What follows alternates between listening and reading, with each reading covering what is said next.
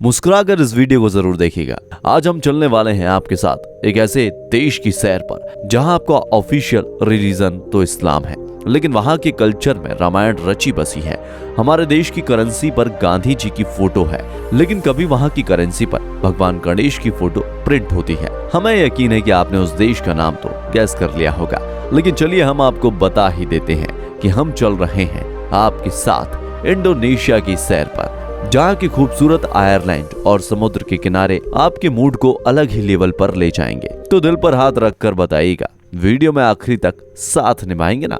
Indonesia का official नाम Republic of Indonesia है। इंडोनेशिया शब्द दो भाषाओं के अलग अलग शब्दों को मिलाने से बना है, ग्रीक और लैटिन।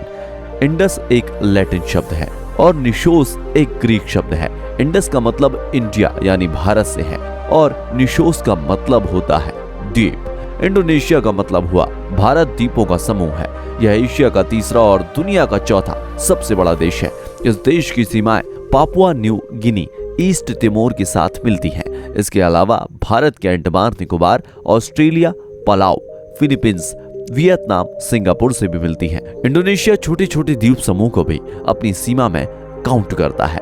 लगभग 18,000 छोटे बड़े आयरलैंड यहाँ मौजूद हैं और इनमें 90% आयरलैंड ऐसे हैं जहाँ कोई इंसान की आबादी नहीं रहती है, और इसे लेकर वहाँ के लोगों में एक अंधविश्वास भी फैला है। लोगों का यह मानना है कि इन आयरलैंडों में कुछ ऐसे भी हैं जहाँ भूत प्रेत रहते हैं, और अगर वह उस आयरलैंड में जाएंगे तो वो भूत प्रेत उनके शहर में आ जाएंगे। दुनिया में सबसे लंबी समुद्री सीमाओं के मामले में कनाडा का नाम नंबर 1 पर आता है, लेकिन इसके बाद नंबर आता है इंडोनेशिया का, जिसके पास 54,000 किलोमीटर की समुद्री सीमाएं हैं। रूफलेसिया अर्नोल्डी फ्लावर यह दुनिया का सबसे बड़ा फूल है, जिसका वजन 7 किलो है। इंडोनेशिया का एक आयरलैंड है सुमात्रा, जहां यह फूल देखने में आता है। इंडोनेशिया में ही दुनिया का एक और सबसे बड़ा फूल देखने में आता है, जिसका नाम है अमोरफोपनस टिटन्यू। इस फूल की खुशबू को आधा किलोमीटर दूर से फील किया जा सकता है और इसकी लंबाई 2 मीटर तक होती है। यहाँ की पॉपुलेशन लगभग 27 करोड़ है और यहाँ की 88% आबादी इस्लाम को फॉलो करती है। दुनिया भर में सबसे बड़ी मुस्लिम आबादी इंडोनेशिया में ही रहती है। इसके बाद पाकिस्तान और भारत का नंबर आता है, जिसे हम युवाओं का देश भी कह सकते हैं, क्योंकि 27 करोड़ की आबादी में 17 करोड़ लोग 30 साल से कम उम्र के हैं। एक इस्लामिक कंट्री होने के बावजूद यहाँ की महिलाएं अपना चेहरा नहीं ढकती हैं। इन्हें बुर्का पहनना अनिवार्य नहीं है, हालांकि सिर पर ओढ़नी का होना जरूरी है। महिलाएं यहाँ पर व्यापार का संचालन करती हैं, घर से बाहर निकलकर घूमती फिरती हैं, सेल्फी लेती हैं। कुल मिलाकर दूसरे इस्लामिक कंट्रीज जहाँ शरीयत का कानून लागू होता है, उनके मुकाबले यहाँ पर महिलाओं को ज्यादा आजादी है।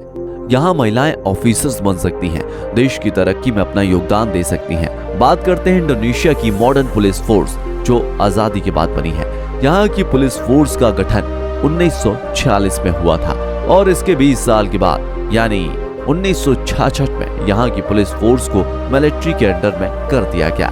केवल खूबसूरत, हसीन और जवान लड़कियों को यहाँ की पुलिस फोर्स में भर्ती कराया जाता है और जजेस पुलिस फोर्स में भर्ती करने से पहले उनका वर्जिनिटी टेस्ट करते हैं। वैसे पुलिस फोर्स में शारीरिक बल और स्टेमिना के साथ साथ स्मार्टनेस की ज्यादा जरूरत होती है, बजाय केवल खूबसूरती के। इंडोनेशिया की पुलिस की सिलेक्शन प्रोसेस पर अगर आप अपनी कोई राय रखना चाहते हैं तो कमेंट बॉक्स में आकर जरूर रख सकते हैं। कलोराम्बक कर्मो स्टेडियम इंडोनेशिया की राजधानी जकार्ता और जकार्ता में मौजूद है। यह स्टेडियम जो साल 1962 में तैयार हुआ था और उस समय इस स्टेडियम की कैपेसिटी थी 1,20,800 लोगों की। उस समय यहाँ पर एशियन गेम का आयोजन किया गया था। इंडोनेशिया की पॉपुलेशन का 50% हिस्सा जकार्ता में ही रहता है, जहाँ रोजगार के ज्यादा अच्छे अवसर हैं। साल 1938 में इंडोनेशिया की ओर से फुटबॉल प्लेयर की एक टीम दुनिया का सबसे बड़ा फीफा वर्ल्ड कप खेलने के लिए गई थी। हालांकि उस समय यह टीम डच ईस्ट इंडीज के नाम से फुटबॉल टूर्नामेंट में पार्टिसिपेट करने के लिए गई थी, लेकिन आपको बता दें कि एशिया की सबसे पहली ऐसी टीम है जिसने फीफा वर्ल्ड कप में पार्टिसिपेट किया था। इंडोनेशिया के द्वीप जावा में दुनिया का सबसे बड़ा बुद्धिस्ट टेम्पल मौजूद है, जहां 504 बौद्ध प्रतिमाएं हैं।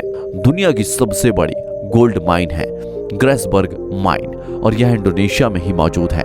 गोल्ड माइन के साथ साथ दूसरा सबसे बड़ा कॉपर माइंस भी यहाँ पर मौजूद है। दुनिया की सबसे बड़ी छिपकली, जिसे कोमोडो ड्रैगन भी कहते हैं, इंडोनेशिया के कई द्वीपों में पाई जाती है। इसकी लंबाई 3 मीटर तक होती है। लेक तौबा दुनिया का सबसे बड़ा और खतरनाक ज्वालामुखी इंडोनेशिया में मौजूद है। इसी ज्वालामुखी से हुए इरेक्शन के दौरान आज से 70,000 साल पहले एक झील बनी थी। इसे लेक तौबा कहा जाता है। यह झील आज भी मौजूद है। इंडोनेशिया एक ऐसा देश है जहां हर दिन कम से कम 5 भूकंप आते हैं। यहाँ 400 से अधिक एक्टिव ज्वालामुखी हैं। यहाँ पर 700 से अधिक भाषाएं बोली जाती हैं, लेकिन यहाँ की ऑफिशियल लैंग्वेज है वहाशा। ग्रीन हाउस गैसों के प्रोडक्शन मामले में इंडोनेशिया का तीसरा नंबर आता है। यह तरक्की के वो साइड इफेक्ट हैं जो आने वाले समय में मानव जाति के लिए बड़ी समस्या तैयार कर रहे हैं। इंडोनेशिया के बाली आइलैंड में इलेक्ट्रिसिटी और टेलीविजन 20वीं सदी के अंतिम समय में आए। इसके पहले तक यहाँ रात के वक्त अंधेरे का ही साम्राज्य हुआ करता था। साल 2004 में इंडोनेशिया में एक भयानक सुनामी आई थी, जिसमें लगभग 2,30,000 लोगों की मौत हो गई थी और इंडोनेशिया को सबसे बड़ा आर्थिक झटका लगा था। इसे दुनिया का सबसे बड़ा नेचुरल डिजास्टर माना गया है। इंडोनेशिया के बांदा आइलैंड पर जायफल का प्रोडक्शन किया जाता है। जायफल के प्रोडक्शन के मामले में इंडोनेशिया दुनिया में नंबर 1 है। इसके अलावा यहाँ ताड़ का तेल भी सर्वाधिक मात्रा में निकाला जाता है। ताड़ के तेल का प्रोडक्शन भी दुनिया में सबसे ज्यादा इंडोनेशिया में किया जाता है। हम भारतीयों के लिए इंडोनेशिया घूमना ज्यादा सस्ता है, क्योंकि यहाँ की करेंसी है रुपया। हमारे देश के 1 रुपया के बराबर यहाँ का 195 रुपया होता है। यहाँ बहुत से हिंदू मंदिर हैं, जो भारतीय पर्यटकों के आकर्षण का केंद्र है। एक और खास बात, इस देश में आने के लिए भारतीयों को वीजा की जरूरत नहीं पड़ती। बिना वीजा के यहाँ पर आप 30 दिन तक घूम सकते हैं। यहाँ शॉपिंग करना भी काफी सस्ता है। यह जानते हैं कि दुनिया के खूबसूरत टूरिस्ट डेस्टिनेशन के बारे में। जकार्ता इंडोनेशिया की ऑफिशियल कैपिटल जकार्ता का यहाँ का एक टूरिस्ट डेस्टिनेशन भी है। 14वीं शताब्दी में बसाया गया यह शहर यहाँ का सांस्कृतिक, राजनीतिक और आर्थिक केंद्र भी है। दिन भर की भागदौड़ इस शहर को और भी व्यस्त बना देती है। गिली आयरलैंड कम्बोड के निकट इस आयरलैंड को सबसे यंग आयरलैंड के तौर पर जाना जाता है। यहाँ के खूबसूरत मंदिर, समुद्री किनारे और झरनों से गिरता पानी इस जगह को और भी परफेक्शन देता है।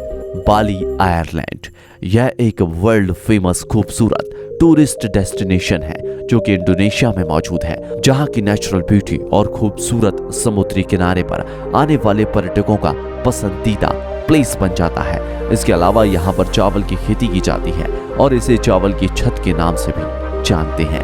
बाली का कल्चर फिर लोगों को अपनी ओर आकर्षित करता है। समुद्री किनारों को पसंद करने वाले लोगों के लिए बाली एक परफेक्ट डेस्टिनेशन है।